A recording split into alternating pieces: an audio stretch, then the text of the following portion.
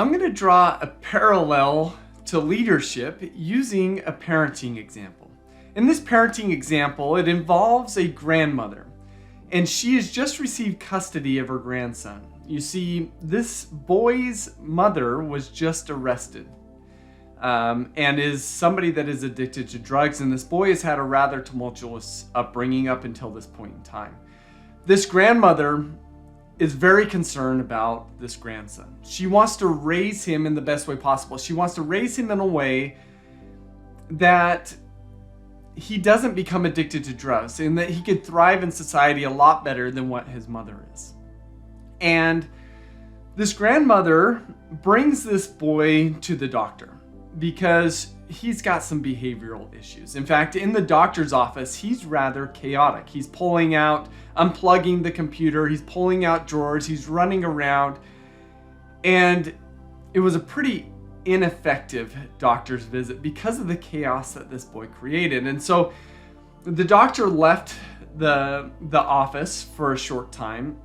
And upon returning, the doctor opens the door, and here's this grandmother, and she is striking this child. She is disciplining this boy because in her mind, she needs to set him straight, right?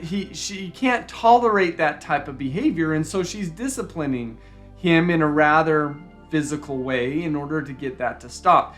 And in her mind, that makes complete sense, right? Because by engaging in that form of discipline, it may stop that boy from acting out in that moment.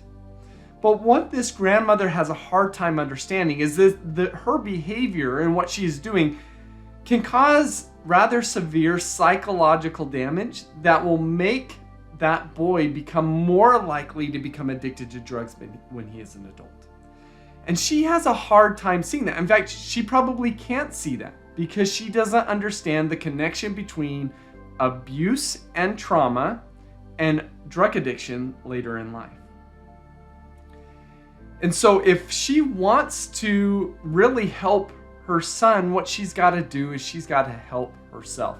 She's got to see and make meaning of her world in more cognitively and emotionally sophisticated ways. She's got to become more trauma informed. And as she can do so, she's going to be better suited to raising this son.